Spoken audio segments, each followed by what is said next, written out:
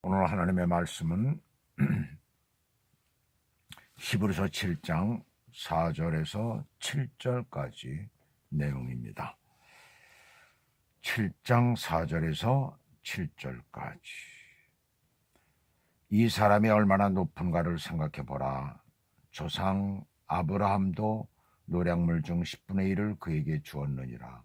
레위의 아들들 가운데 제사장의 직분을 받은 자들은 율법을 따라 아브라함의 허리에서 난 자라도 자기 형제인 백성에게서 10분의 1을 취하라는 명령을 받았으나 레위 족보에 들지 아니한 멜기세덱은 아브라함에게서 10분의 1을 취하고 약속을 받은 그를 위하여 복을 빌었나니 논란의 여지 없이 낮은 자가 높은 자에게서 축복을 받느니라. 자, 여기 보면 복을 빌고 그 복을 받는 자와 주는 자의 위치에 대해서 오늘은 말씀을 하면서 멜기세덱과 레위의 자손에게서 나온 대제사장과의 위치의 차이를 말씀하고 있습니다. 기독교를 공격하는 사람들 중에 어떤 사람은 신은 어디에 있느냐, 보이지 않는 신을 어떻게 믿느냐라고 말합니다. 그러면 보이는 신은 신이라고 말할 수가 있습니까? 좀 한번 그렇게 반문하고 싶어요. 어떤 보이는 것이 신이라면 그것은 이 땅에 존재하는 피조물이라는 것을 스스로 증명하는 것이 될 것이에요. 아니 창조론을 말하지 아니하고 진화론을 말한다 하더라도 그렇죠. 돌이나 또 그 어떤 것에 대해서 허거나 만약에 그런다. 아니 그게 아니고 어떤 살아있는 것에 대해서 한다라고 할 때에 마찬가지 아니에요. 어떻게 저절로 생겨났다면요. 어떻게 그건 무슨 신이라고 할 수 있어요. 보이는 것, 말이 안 되는 것이죠. 스스로 피조물이라는 것을 스스로 증명하는 것이에요. 이 우주의 모든 보이는 것은 하나님의 창조물이라고 성경은 말합니다. 보이는 것은 그것이 저 하늘에서 우리를 비추는 태양이든 별이든 수백만 개 혹은 수백억 개의 별이든 또 공기든 물이든 그 모든 것이 하나님의 창조하신 것이다 라고 성경은 우리에게 말씀하고 있어요. 누구에게인가 복을 빈다는 것은 그 대상이 인간 이상이어야 한다면 이 세상의 창조주 이외에는 그 아무것도 없다라고 말할 수밖에 없습니다. 낮은 자가 높은 자에게 축복을 받는 것은 당연하죠. 그 높은 자는 하나님뿐이시고 멜기세덱이라는 인물이 오늘도 여기 또 나오는데 이 멜기세덱의 인물은 유일하신 하나님의 대제사장이기 때문에 그래서 일찍이 그 사실을 깨달은 아브라함은 4절에서 싸움에서 이겨 얻은 전리품 중에서 한마디로 전쟁에서 이겨서 얻은 것이죠. 노략물이다라고 이렇게 말할 수도 있어요. 10분의 1을 그에게 주었던 것입니다. 그 중에서 가장 좋은 것으로 드렸다라고 성경은 말씀하고 있어요. 그래서 성경에서 이것은 최초의 11조를 했던 그런 행위인 것입니다. 이것은 곧 아브라함은 멜기세덱에게 최고의 존경성을 표했으며 그를 하나님의 대제사장 곧 하나님을 대신한 자로 인정을 했던 것이에요. 이것은 레위인의 조상인 아브라함이 인정하고 순종한 행위이며 멜기세덱의 반차를 쫓는 예수 그리스도의 대제사장직에 대한 분명한 증명이 되는 것이에요. 그래서 멜기세덱이라는 이름을 성경 가운데 집어넣은 것도 바로 이 히브리서에 집어넣은 것도 예수 그리스도를 증명하기 위해서 멜기세덱의 반차, 멜기세덱의 그 계열을 따랐다라는 것을 여기서 말씀하고 있는 것이에요.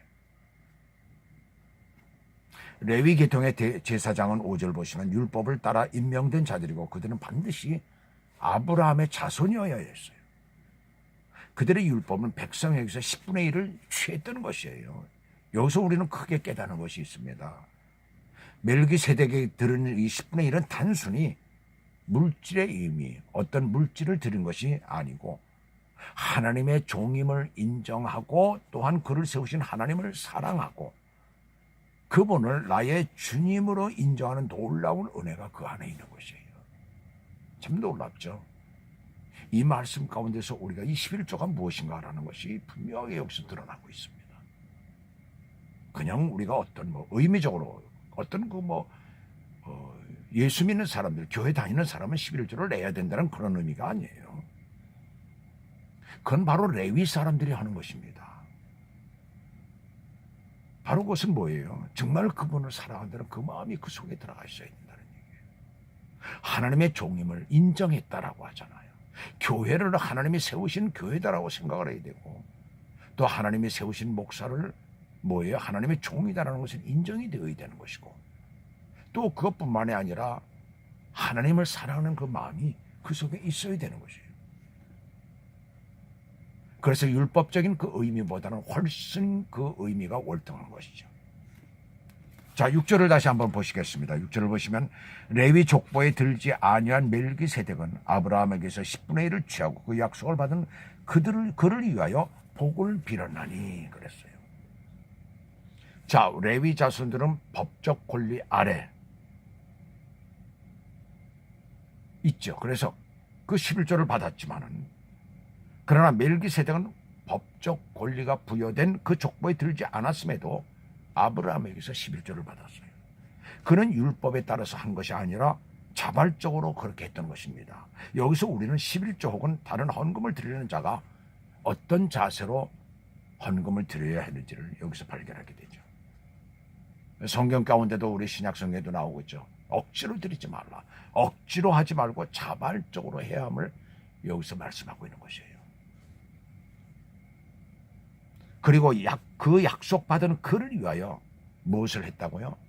복을 빌었다라고 이렇게 말을 했습니다. 자, 이 말씀은 곧 무엇을 우리들에게 말하고 있습니까? 하나님의 종이 축복을 하는 그것, 굉장히 중요하다라는 것을 알 수가 있습니다.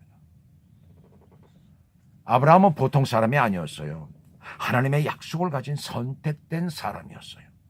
그 아브라함을 여기서 축복하였습니다. 이 사실은 아브라함보다 멜기세덱이 우월한 위치에 있음을 여기서 말씀하고 있습니다. 자, 아브라함이 멜기세덱을 볼 때에 그는 보통 사람이 아니었다는 것을 그는 알고 있었던 것이에요. 깨달았던 것이에요. 그렇다면 11조를 드리는 그 과정, 또 복을 비는 그 과정의 관계가 어떻게 되는가를 알 수가 있잖아요. 아브라함보다 훨씬 멜기세덱이 우월한 위치에 있었다는 것은 레위 계통의 제사장들보다도 훨씬 우월하다는 것을 말씀하고 있고, 즉 이것은 멜기세덱의 반차를 쫓는 예수 그리스도가 바로 어떤 분이신가를 여기서 분명히 말씀하고 있어요. 아브라함은 하나님이 주신 약속을 받은 자이고, 멜기세덱은 하나님이, 그는 대제사장이라고 여기서 나오고 있고 축복 기도를 했다라고 하고 있지만은, 그러나 그는 하나님이 보내신 자가 되는 거예요. 하나님이 세우신 자가 되는 것이에요. 자, 멜기세덱이 아브라함에게 복을 빌었을 때에 아브라함은 그 복을 받은 것이죠. 그러면서 그 복은 구체적으로 더 성취가 되었다. 그 기도를 통하여 더 성취되었음을 우리는 이 말씀 가운데서 알 수가 있는 것입니다. 멜기세덱의 반차를 따르는 예수 그리스도는 아브라함보다 더 크고 위대하시며, 또 그 멜기세덱을 이 땅에 보내서 아브라함에게 축복을 준 축복의 기도를 하게 한 그러한 분이시라는 것을 깨닫고, 오늘도 우리의 모든 것을 드리며 우리 주님을 섬기시기를 주 예수 그리스도의 이름으로 축원합니다. 기도하겠습니다.